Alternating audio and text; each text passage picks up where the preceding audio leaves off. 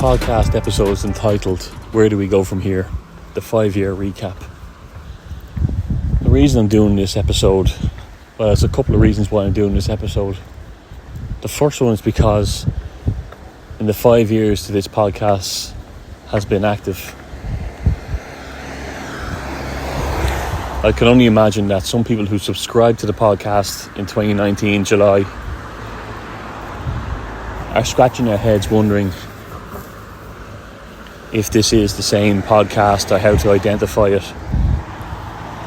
The podcast began in 2019 called Training Thought and Truth, and the idea was that a guest would come on and speak about mental, physical and spiritual developments or achievements in their life. And I think that worked well for what it was. There's certain elements to that have not disappeared. But I would say since 2019, when the podcast began, the world was upended, and certainly Ireland was upended. We had COVID-19 that rolled in the year after the podcast started, and we had political upheaval in Ireland.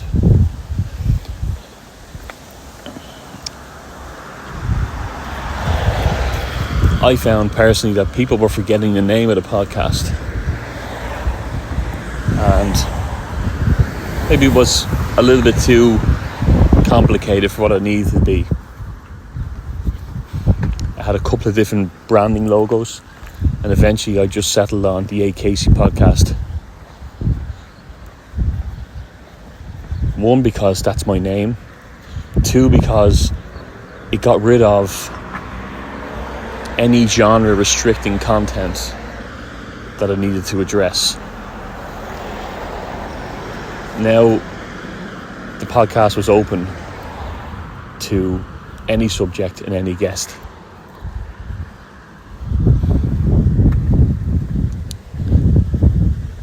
I've never really introduced myself as the host or who I am, although I would say in Ireland my following is growing a little bit recently, and people probably know who I am, or even those who are in the same way inclined know who I am. But my name is Anthony Casey. I was born in Dublin, Ireland, 20th of January 1989. We moved around a lot as kids. I am from Clondalkin to Mullinmast to South Kildare, Levittstown, Maganey area. I have been in numerous different industries with work, which would include retail, construction, transport, civil service, a small stint as a carer. I studied social studies on the PLC. I studied business, supply chain management, level 8 as a HDIP. I studied small courses in leadership management. I am a CPC transport manager, certified internationally. I am a strength and conditioning certified coach.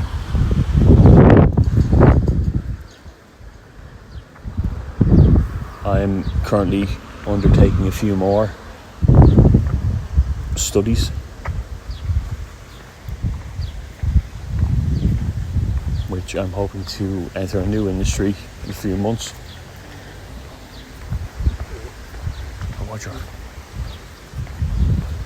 I have been recently a political candidate for a nationalist party, and I ran in the recent June Irish local elections for South Kildare.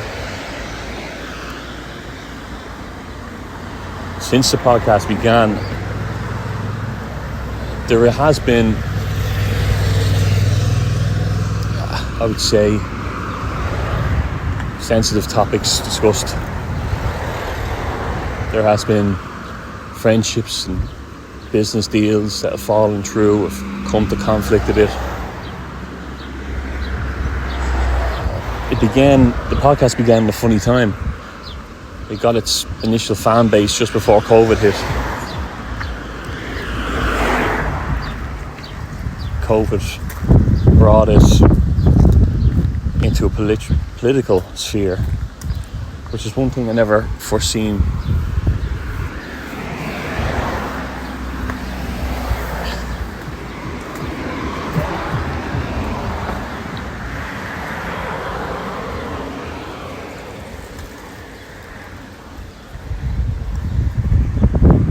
In saying a lot of these things, there's nobody who I feel has wronged me that I couldn't sit down and have a cup of tea or shake hands with, have a cup of coffee or a beer.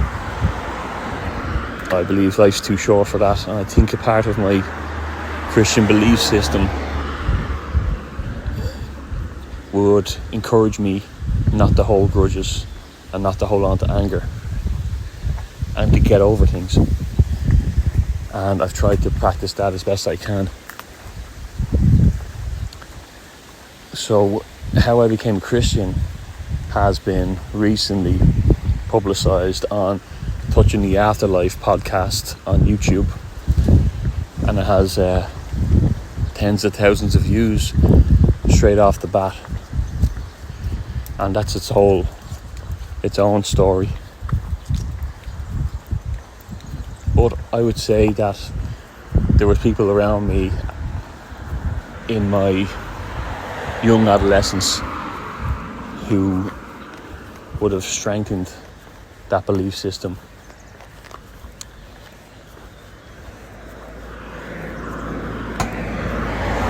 Ireland in 2024 has become a very different place.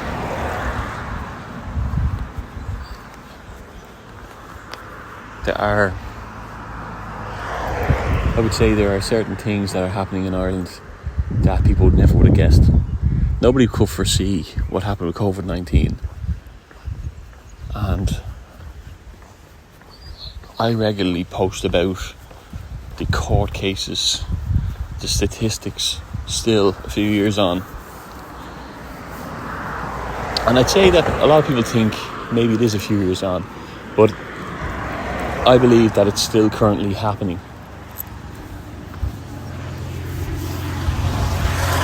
And what I'm talking about there is I didn't take a COVID-19 vaccine. I was geared up to do so when COVID hit. This is the reason I'm going into this is the start of the podcast taking a different direction. So when COVID hit, we all got the TV propaganda and the radio propaganda that there was panic and there's people dropping dead. We now have come to realise that a lot of these images were set up, a lot of these scenes were fake. A lot of nurses stepped forward saying the hospitals weren't overrun and full. But there was a fight or flight thing that happened with people, a response, and 80+% people, I suppose, did they flight? They complied. And as well, I do not hold this against anyone because there was trillions of worth of propaganda put into this. World governments, big pharma. The reason I didn't take it was because I had a phone call from a friend of mine,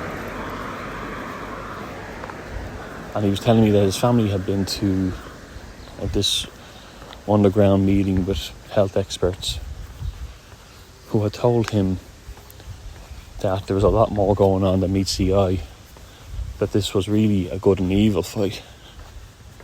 Kind of rang a bell from something my grandmother my nana had said years ago.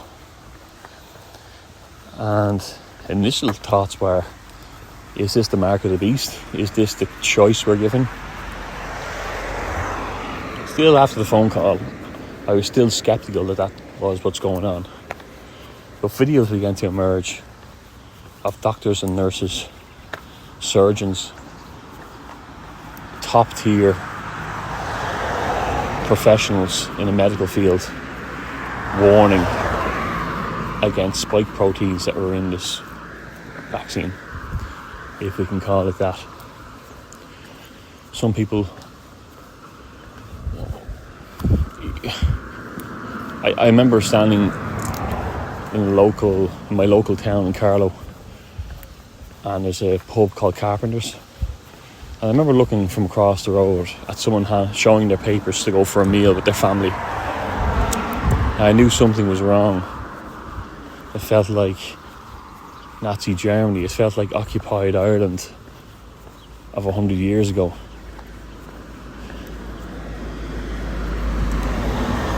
The doctor who sounded the bell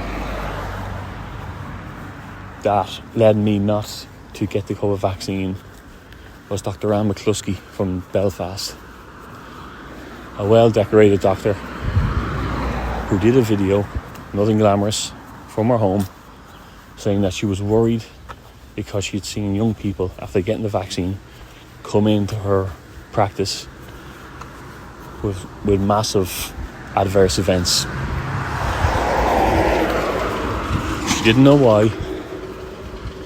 She didn't know scientifically or biologically why, but she knew what the causation was. She knew what was causing it. That doctor was suspended the next day and her video taken down from every social media site there was. Twitter, which is now X, Facebook, Instagram. Which begged another question in my mind. Who is censoring her? And how big was their reach? The podcast still wasn't reacting to any of this. I had just done a podcast with Tom Dunn, who wanted a year to change his life. And I did a podcast with David, David Dorn, who was talking about AcuNet and healing from within. I did them podcasts one after another in Bluebell in Dublin, and it was the next day that COVID locked Ireland down. So I didn't have enough proof to not get vaccinated, but I certainly was getting red flags, and I had seen other countries reacting fast with tyrannical type responses, which may be warranted if this was such a deadly disease killing people. And I have no doubt, I've seen people saying that COVID didn't kill anyone. I have no doubt that COVID killed the elderly, the immune compromised, that there was definitely deaths at the hands of COVID-19 virus. The further time went on, I remember my partner's sister went down to add the queue and said, there's no queue here for COVID-19, tell Anthony to come down. And I said no, something in my mind said don't. And I stood in the sitting room and I said no, I'm going to hold off here. Something's not right. I can hold off another week. Robert Malone developed the mRNA vaccine technology, and Robert Malone stood down and said this is not for human consumption. All the animals who this was tested on got sick and died. More and more doctors appeared, and more apps developed that weren't censoring these videos appearing.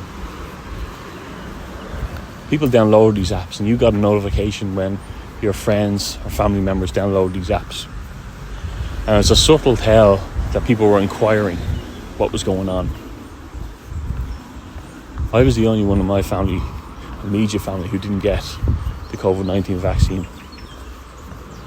And I heard from friends and family and work colleagues the term unvaccinated, the unvaccinated at the time.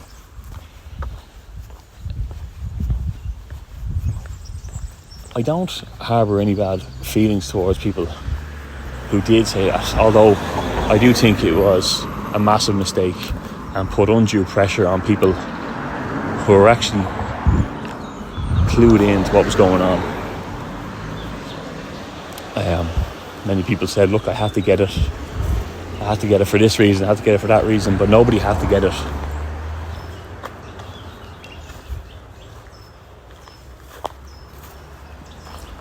Nobody had to administer it.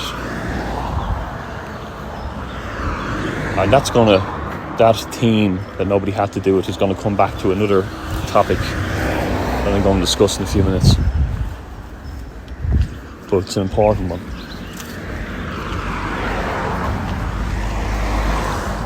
I noticed that close friends of mine were along the same thinking. They didn't want to get it. A lot of their partners were very shocked. Father-in-laws, mother-in-laws wouldn't come visit the house. There was arguments going on within households, very heated arguments.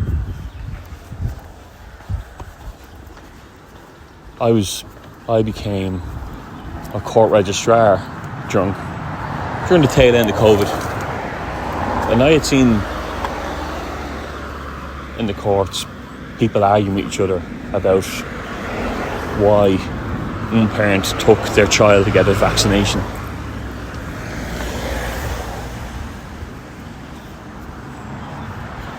It seemed such a big topic not to be discussing on the podcast, but I held off for now.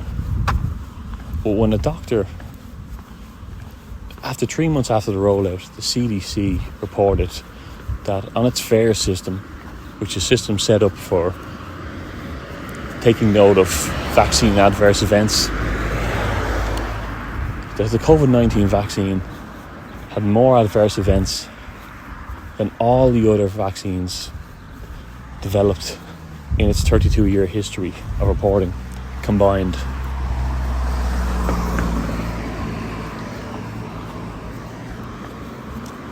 I put this up and a few friends pulled me on it. I would say very few friends, but one or two. And they said, look, I disagree with you on that. I don't think you should be saying that.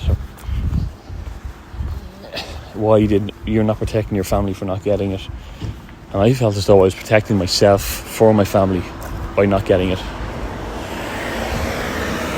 It's a hard place to be when you have young kids and the TV is telling you to get your kids down to a vaccination centre before this deadly virus rolls into your town. And there are also independent videos coming through of doctors and nurses and surgeons telling you not to go near this. It became clear that people who are pushing the vaccine are pushing it by opinion, and that the reasons why not to get it became statistics, became professional advice, became numbers, adverse events, excess deaths, myocarditis. So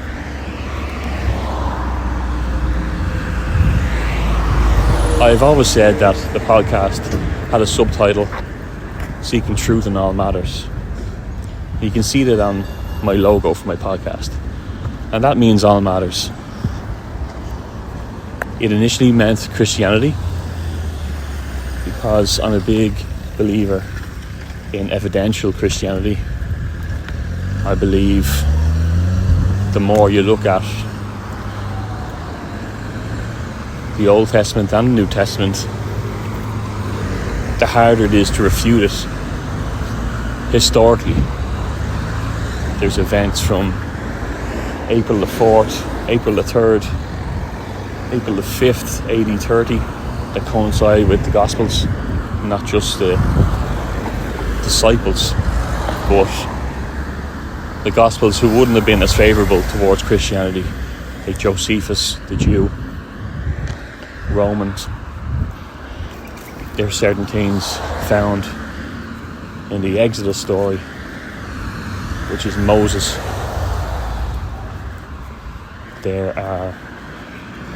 I began to hunt down what I found to the same regard, that people had opinions and belief systems that were not grounded in any evidential truth, and that atheism was a religion all in itself. The idea that everything came from nothing in perfect order.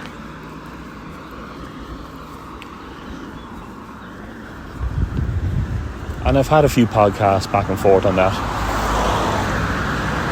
And like COVID-19, the vaccine, two things struck me that both are similar in that they became belief systems to certain people, but not grounded in any truth, not grounded in statistics, and not grounded in facts. If I was to sit down and have a conversation on how COVID rolled out, or how the jabs rolled out, I would sit down and I would cite the Senate, the Dutch Parliament, Fauci's trial, the Twitter files, and generally what I've got back is, but we don't know, and there's no excess deaths, I never heard of this. I'm going to skip on now a bit to Ireland over the last couple of years.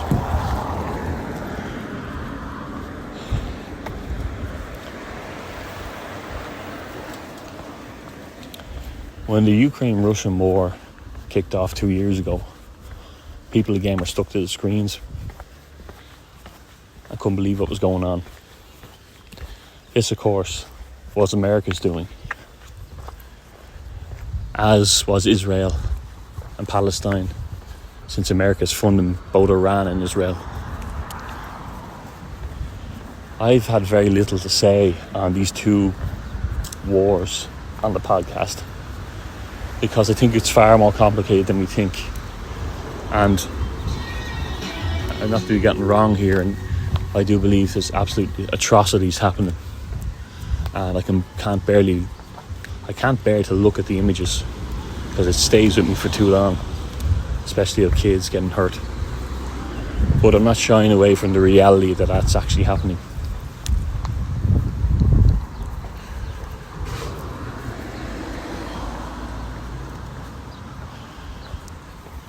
With this came Ukrainian refugees,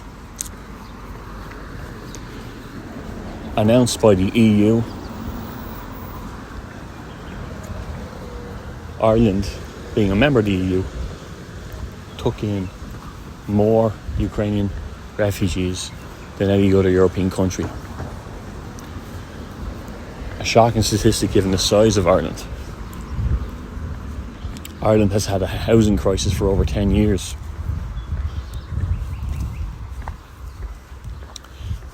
But what began as what the politicians put forth as charity, the kindness of their hearts, seemed to emerge a much more dystopian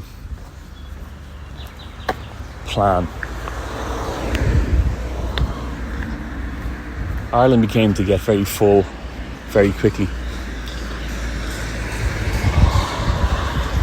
Unsurprisingly, mass immigration did not fix homelessness or the housing crisis, which both went to record highs. Crime began to rise in Ireland very quickly. Currently, now June 2024, it was announced that Ireland is at a 10-year all-time high of crime. Dare you say it's anything to do with any Afghan gangs that we're all seeing through our own eyes?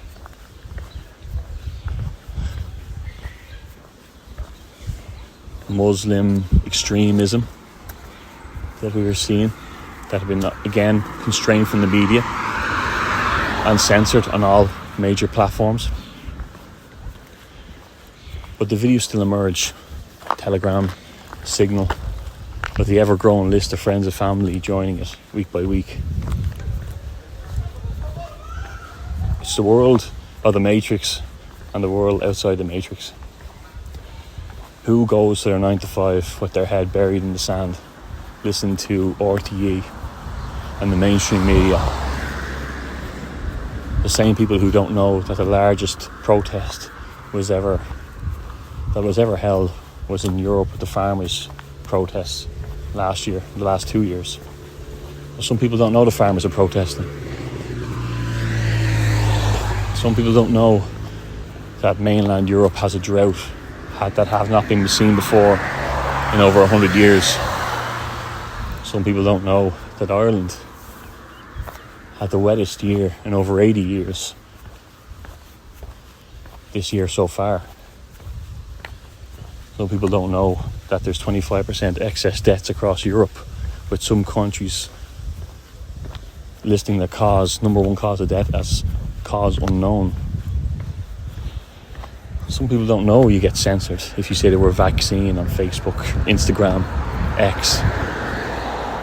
Well, maybe not X, since the Twitter files has come out. Although people are still getting banned there regularly. People don't know that those who supported the truck drivers in the fuel cost rise protests and the mandates in Canada had their bank access restricted. This has happened to family members of mine for trying to attend World Health Summits.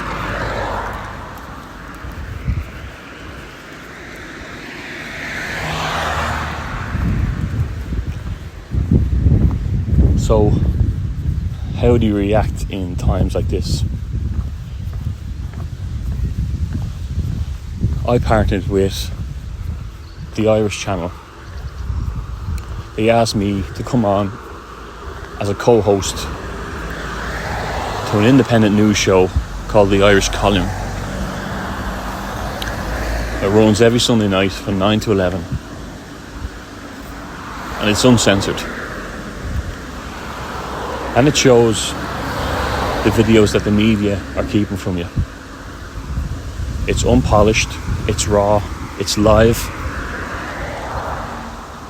And you can watch it back or listen to it back on Spotify and YouTube under the AKC podcast. Or you can watch it live on the AKC podcast on X on the Irish channel live.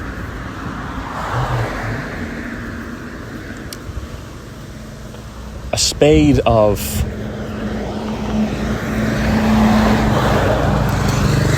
attempted child abductions occurred in Ireland 2 or 3 months ago. These are still ongoing, but in this particular week there was 4 or 5 videos that emerged. Each one was filed, but began worrying that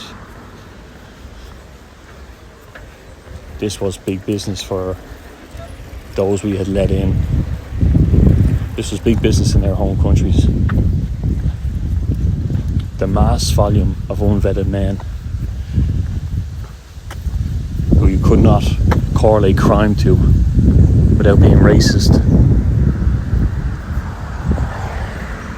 were seen on ring doorbells and phone cameras around the country grabbing children. One such case happened in Cork, where it was alleged a foreign man, Ukrainian man, had sexually abused and assaulted a young child. Protests began in Ireland because the Irish were beginning to become a minority in Ireland.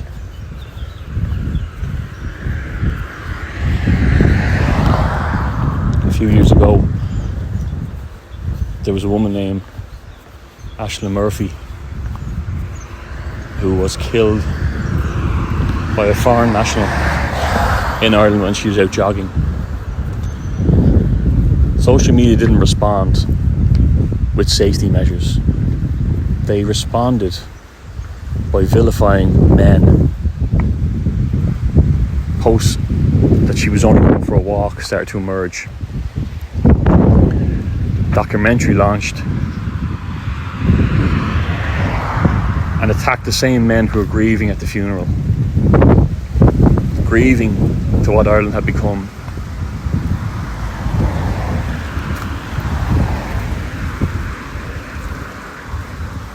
We have a certain leader in Ireland who has just stepped down.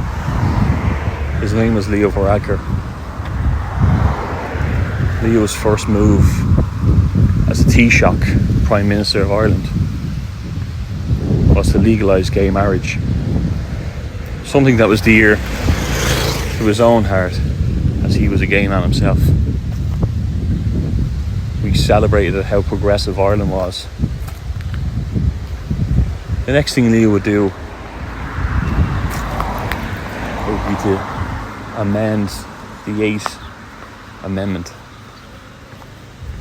Repeal the 8th Amendment in Ireland, the Irish Constitution, which made abortion essentially legal in Ireland.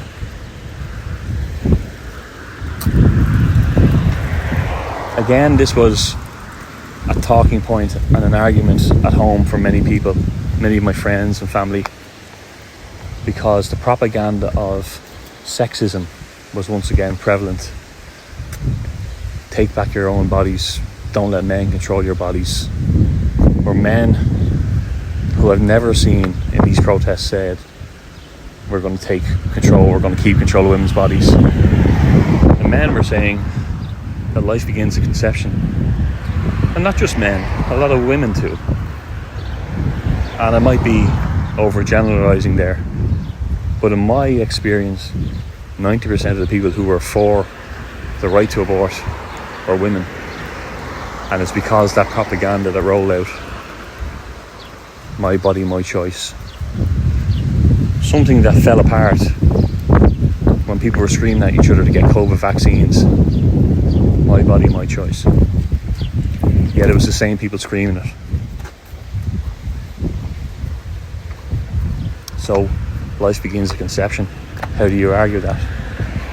You use a minority argument by saying, well, what if someone was raped? Do they have to carry the baby full term? I guess the argument was, the counter argument was certainly that.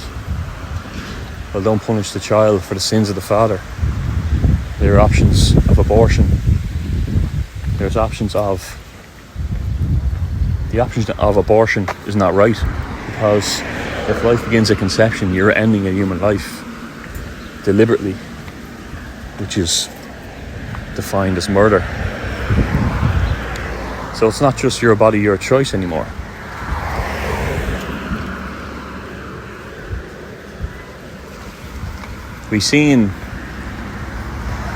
I certainly tried to make a distinction of why are we going all or nothing? Why not let the medics in emergency situations decide if there's any risks in the mother? Why not put more supports in prenatal depression and postnatal depression? Why are we advocating for the sleep around culture in colleges, which is adding to this list of abortions? Varadkar celebrated 3,000 abortions in Ireland, while the rest of the world saw abortions being the number one cause of death across the world. Number one cause of mortality, higher than car accidents, higher than cancer. The floodgate was opened for the argument of feminism, rights, even though we have more rights than anyone who's ever lived ever in the world. Now the unborn suffer. This again is a sensitive topic. And it's clear my stances on all these sensitive topics. Belief systems. They all become belief systems. And again, I argue with facts. I argue with it's 99.9% healthy mothers from healthy backgrounds. Life begins at conception, the moment of conception. And again, I'll get arguments of opinion against that. Number one, cause of death in the world.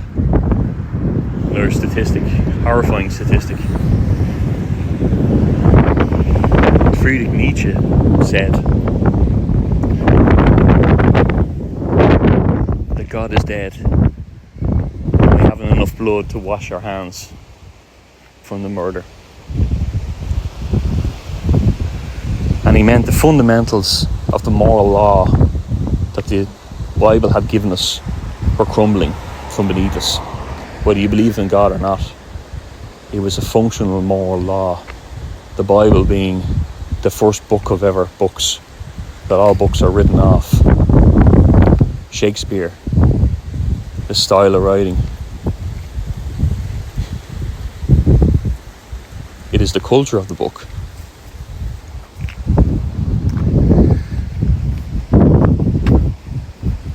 Dostoevsky, a Russian literary writer, once said, if you remove God from society, anything is permissible.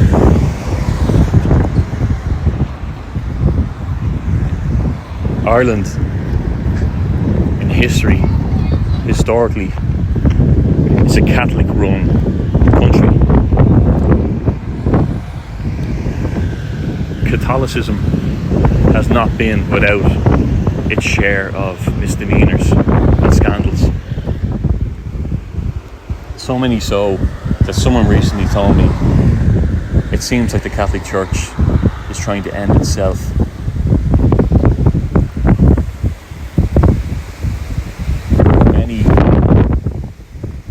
Many unfortunate events that happened at the hands of Catholic priests in Ireland.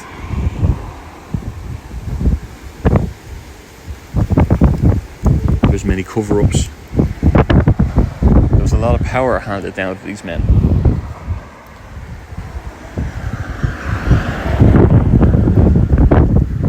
That has not been forgotten. That has added to the removal of God from society.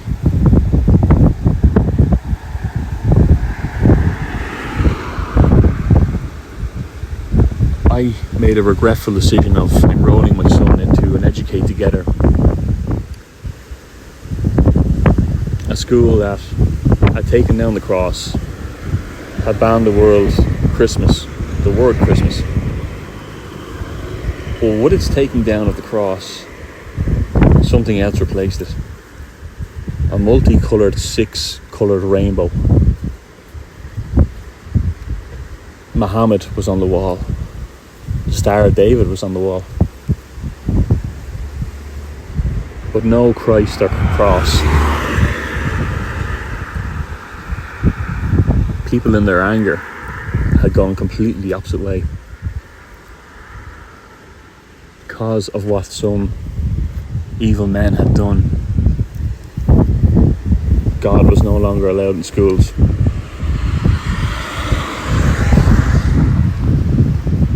And people could argue that maybe God shouldn't be in schools. But the agenda in curriculum in schools is rapidly changing to replace God and religion.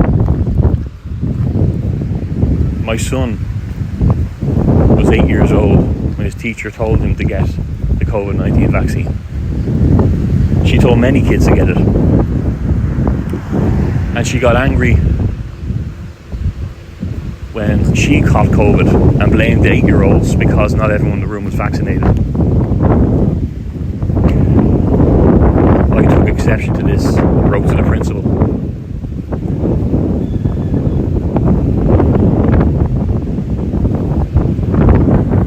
I told him that vaccines and the COVID-19 vaccine was a conversation to be had at home and it wasn't on the curriculum. And the response I received was, vaccines are part of the new curriculum. So if you want your son to to be ostracised from the class, please let us know.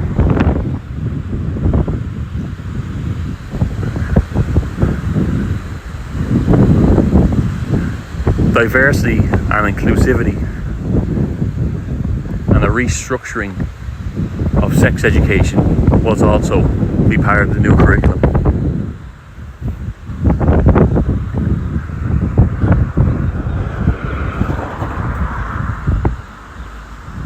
People who are minorly sexually attracted was a new word for paedophiles. Porn was going to be taught, and what it was to younger and younger kids. This is Ireland 2024. This is still stuff that people don't know about. So, last month,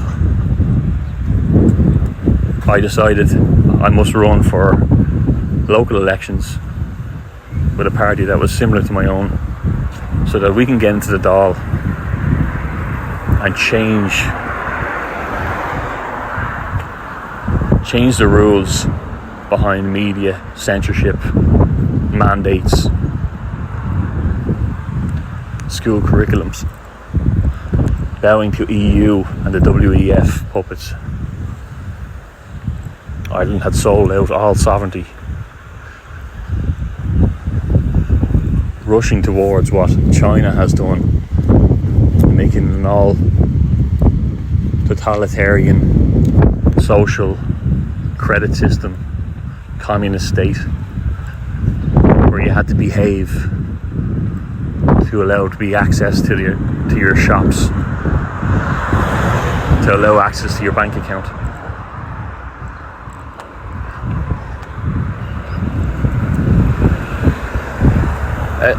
My father once said to me, it's interesting, years ago we got paid by cash in hand. Someone handed you money for the service you gave them.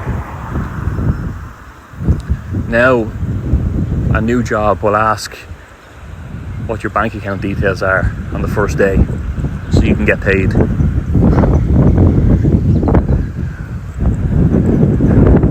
And you hope when you go to the bank that they have the money there, because you're limited access to your own money. You need permission to take out.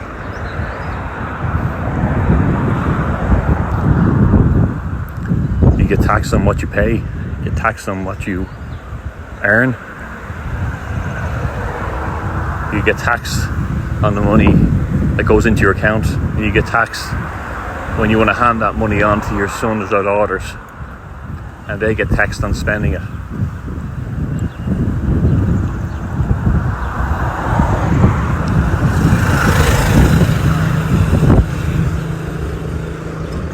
So, far right is a new term in Ireland, and this is squarely aimed at people who are against mass immigration,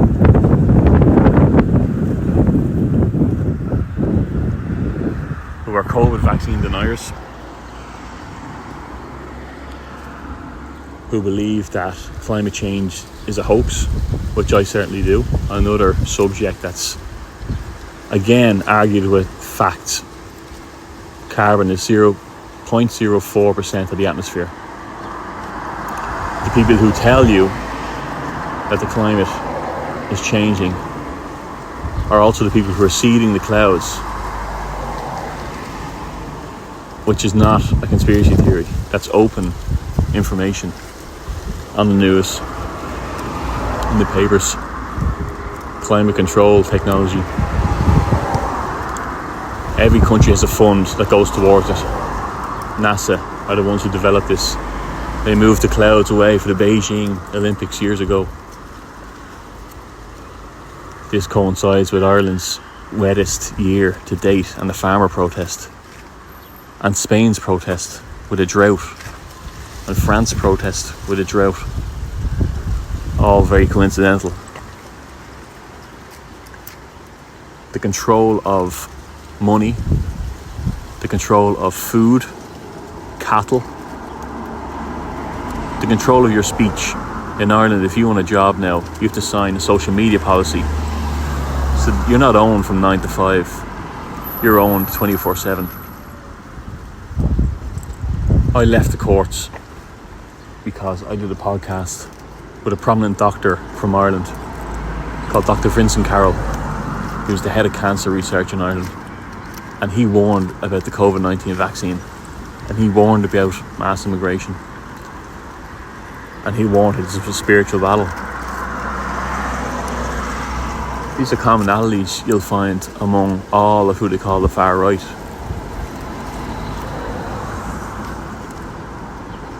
The courts took exception to the narrative I took as anti-government narrative. They took exception to the cross on my logo for my podcast, and I was told that the Bible was due to be removed from the courtroom. God was being removed from society at all levels. The book that built our moral values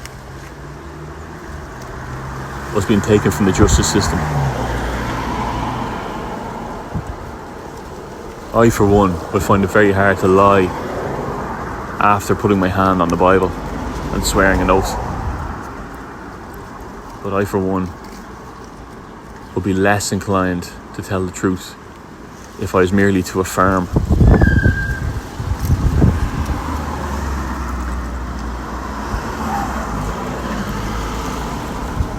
I became caring for a sick relative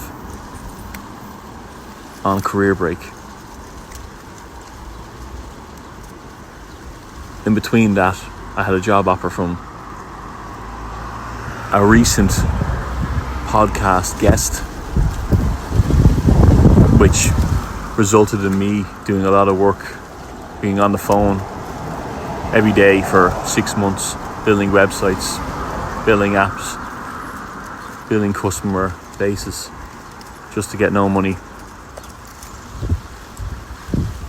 So I picked up all the $4,000 of gym equipment I had there, and I left and I went to the courts, the place I had walked from, and they got my money.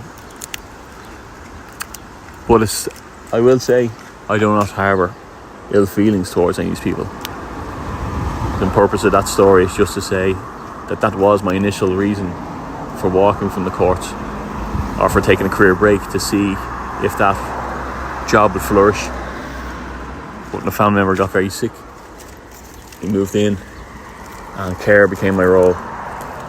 I officially resigned from the courts and the civil service 1 month ago, and the last week to sign up for local elections as a candidate. I hadn't decided what party to run for, and I got a couple of phone calls, and I decided on the Irish Freedom Party. On the morning of voting day, the group chat of Irish candidates saw videos, and with their own eyes, local taxi men, local candidates and local Gardaí escorting the iPass Centre refugees to the polling booths, all who had been briefed not to vote for a far right or racist party and only vote for Fianna Fáil or Fine Gael. This was unconstitutional. It was illegal. There was no amendment or bill put to the people to vote on to allow foreign nationals to vote in our country. Yet it happened. That also coincided with many of our billboards being ripped down, which also coincided with rules being broken by the mainstream media parties who partitioned and canvassed outside the polling stations on the day of the vote, which was against the rules, and paid advertised on the day of the vote, which is against the rules. But we knew on that morning that we'd been had, and very few of us got through the door, despite having hundreds of emails and texts with people voting for us. Too many people were in Ireland in the pocket of the tyrannical government. The same government who are now controlling the Irish police force, the Gardaí, sending them to riots, telling them to make a statement, beating all men and women who are protesting peacefully. Ireland had become like Europeans' China, a testing ground.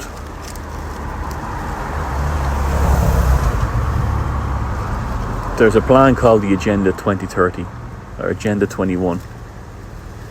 This was penned a few years ago.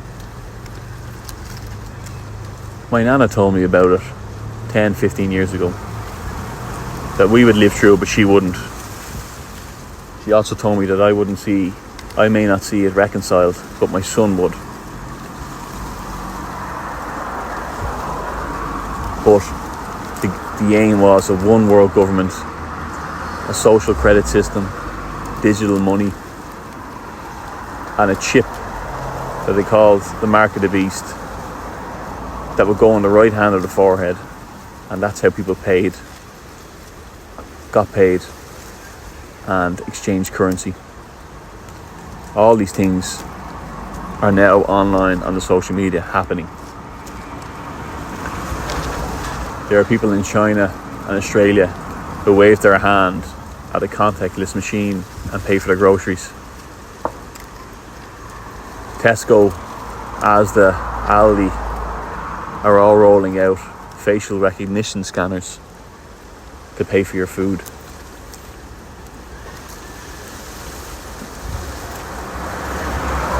Billionaires like Bill Gates, who has told us not to plant any more trees and not to have a diesel or petrol car as he flies around the world in his private jet, is now taking control of food through a massive farming sector factory in the Netherlands, where he vaccinates and produces fake meat and vaccinates cattle. He also vaccinates fruit and veg through a company called Appeal. He is also buying he has bought stakes in Coca-Cola, Heineken, umbrella companies that roll out the Fanta and Sprite, Moretti, many other products. He also has his hand in McDonald's. All of these products, Coca-Cola and McDonald's, are on the top list of the most toxic food and drinks you can consume. There's been studies that have found contraceptives in these foods. So it sounds like conspiracy until you look it up. And it's the same with COVID. It's the same as mass immigration. It's the same as the crime rates. How do we know the crime rates in Ireland are because of mass immigration?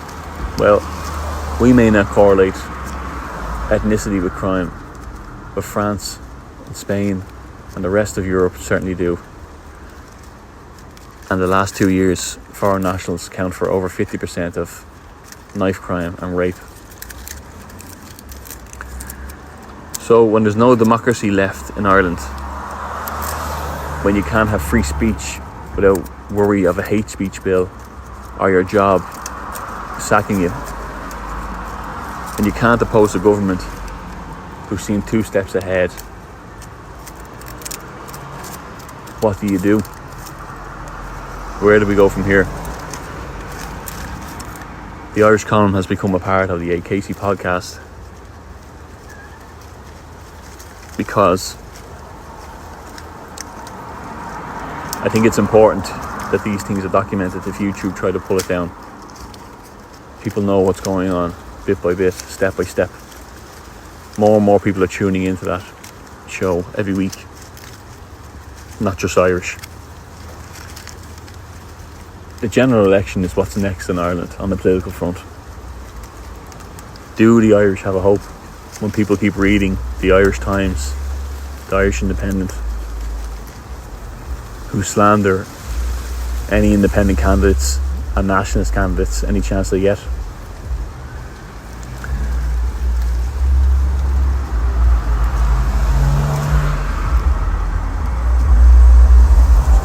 very important to recognise that the reason I'm against abortion is to protect people from the womb, a chance of life. I think it's wrong. I think it's murder. The reason I'm against COVID-19 vaccines is to protect people, innocent people, from excess death and premature death. I believe this is also murder. The reason I'm against climate change, the climate change hoax propaganda, is because it's to limit people's freedom of movement and to heavily tax people so people can be controlled easy. The reason I'm against hate speech bills and censorship is because I'm for people's free democratic speech. I don't think people need rights taken away from them, and free speech, the control of your own tongue, is essential. The reason I'm against a cashless society is because, again, the government and the banks control where you spend, what you get paid in your tax, every penny. They can track you.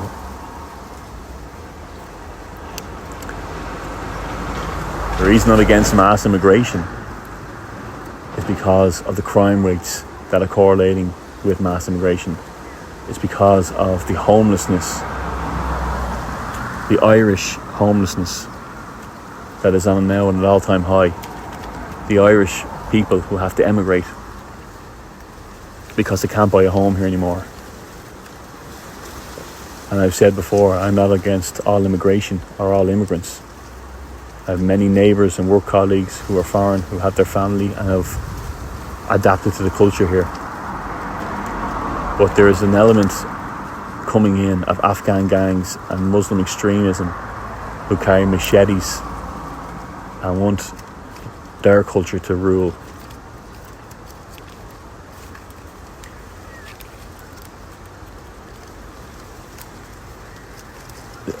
All the reasons I have are for good intentions for others,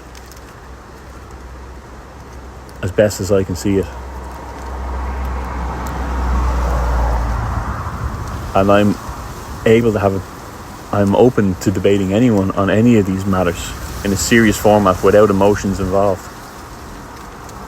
But when Ireland starts to compromise the safety of my children and their future, buying a home, having kids, having free speech, being safe to walk down the streets, then this becomes a big problem. And I think this is where burying your head in the sand becomes no longer an excuse for people of Ireland. We're kept busy, we're kept stressed with inflation, we're kept docile with Netflix, the next big story that breaks with the royal family. I believe it's time to take Ireland back for the Irish people. It's time to take our culture back. It's time to revive our faith. It's time to get back on the track that we were once on before 2019 kicked off. It's not that long ago. So, from this podcast, you will be getting episodes of guests that is not related to political issues, and they will be listed as episode number, while the Irish column will be listed as the Irish column with a date beside it. But that does not mean that there won't be episodes that are politically entitled and politically contented. There's a lot of work to be done, and I want to help and be a tool for that work going forward in Ireland. So we take it as it comes. The AKC podcast will remain what it is. I will hope that I'll be selected to run for general election in Ireland, just because you're fighting a war that you cannot win doesn't mean you have to make it easy for them. We need resistance. We need to make this difficult. We need to fight for Ireland. We don't need to emigrate. We don't need to run away. We need to support each other. We need to protect the Irish people, the men, women and the children, in any way we can. And at the moment, the best way I can is by trying to get information out by independent news and by a podcast and by, in person, putting myself forward as a candidate for the Irish people. Thank you.